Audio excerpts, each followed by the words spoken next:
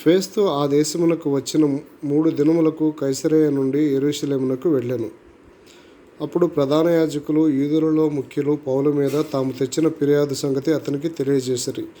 మరియు త్రోవలో అతనిని చంపుటకు పొంచియుండి, మీరు దయచేసి అతనిని యెరూషలేమునకు పిలువనంపించుడని అతనిని గూర్చి ఫేస్తునొద్ద మనవి చేసిరి. అందుకు ఫేస్తు, పౌలు కైసరులో కావలిలో ఉన్నాడు, నేను శీఘ్రముగా అక్కడికి వెళ్ళబోచున్నాను గనుక మీలో సమర్థులైన వారు నాతో కూడా వచ్చి ఆ మనిషిని యందు తప్పిదమేమైనా ఉంటే అతని మీద మోపవచ్చునని ఉత్తరమిచ్చెను. అతడు వారి యొద్ద 8-10 దినములు గడిపి కైసరయకు వెళ్ళి మరునాడు న్యాయపీఠం మీద కూర్చుండి పౌలును తీసుకుని రమ్మని ఆజ్ఞాపించెను. పౌలు వచ్చినప్పుడు యెరూషలేములో నుండి వచ్చిన యూదులు అతని చుట్టూ నిలిచి భారమైన నేరములు అనేకము మోపిరి గాని వాటిని రుజువు చేయలేకపోయిరి.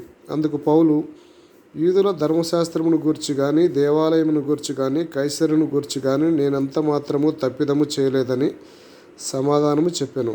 అయితే ఫేస్తు యూదుల చేత మంచివాడును అనిపించుకునవలెనని యెరూషలేమునకు వచ్చి అక్కడ నా ఎదుట ఈ సంగతులను గూర్చి విమర్శించబడుట నీకిష్టమా అని పౌలును అడిగాను. అందుకు పౌలు, కైసరు న్యాయపీఠం ఎదుట నిలువబడి ఉన్నాను, నేను విమర్శించబడవలసిన స్థలమిదే. యూదులకు నేను అన్యాయమేమీ చేయలేదని తమరికి బాగా తెలియను.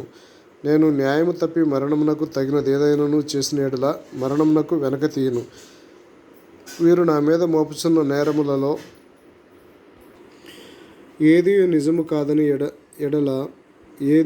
కాని ఎడల నన్ను వారికి అప్పగించుటకు ఎవరి తరము కాదు, కైసరు ఎదుటనే చెప్పుకుందును అనెను.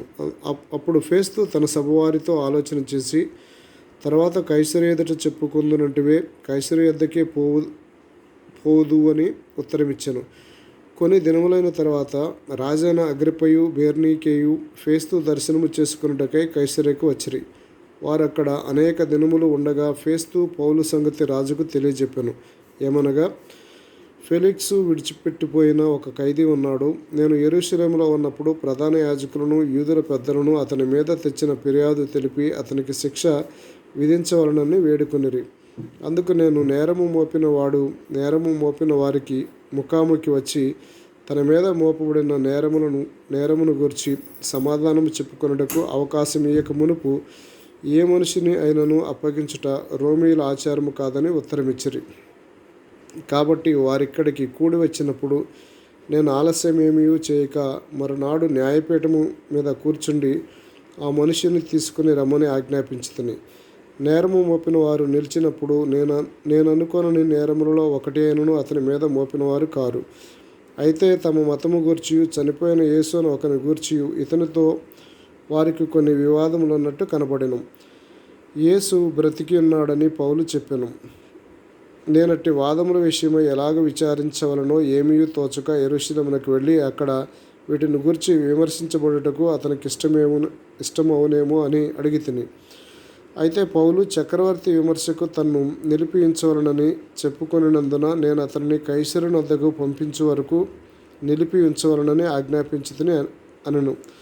అందుకు అగ్రిప్ప, ఆ మనుష్యుడు చెప్పుకొనున్నది నేనును వినగోరుచున్నానని ఫేస్తుతో అనగా అతడు రేపు వినవచ్చునని చెప్పెను.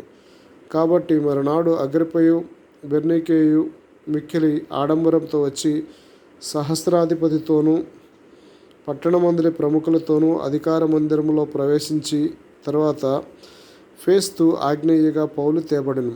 అప్పుడు ఫేస్తు, అగ్రిప్ప రాజా, ఇక్కడ మాతో ఉన్న సమస్త జనులారా, మీరు ఈ మనిషిని చూచుచున్నారు. యెరూషలేములో ఇక్కడను యూదులందరూ వీడు ఇక బ్రతుక తగడని కేకలు వేయుచు అతని మీద నాతో మనవి చేసుకొనిరి. ఇతడు మరణమునకు తగినది ఏమీయూ చేయలేదని నేను గ్రహించి ఇతడు చక్రవర్తి ఎదుట చెప్పుకుందునని అనినందున ఇతనిని పంప నిశ్చయించి ఉన్నాను. ఇతనిని గూర్చి మన ఏలిన వారి పేర వ్రాయుటకు నాకు నిశ్చయమైనది ఏమీ కనపడలేదు. కనుక విచారణ అయిన తర్వాత వ్రాయుటకు ఏమైనా నాకు దొరకవచ్చునని మీ అందరి ఎదుటికి అగ్రిప్ప రాజా, ముఖ్యంగా మీ ఎదుటికిను ఇతనిని రప్పించి ఉన్నాను. ఖైదీ మీద మోపబడిన నేరములను వివరించకుండా అతనిని పంపుట యుక్తము కాదని నాకు తోచుచున్నదని చెప్పెను.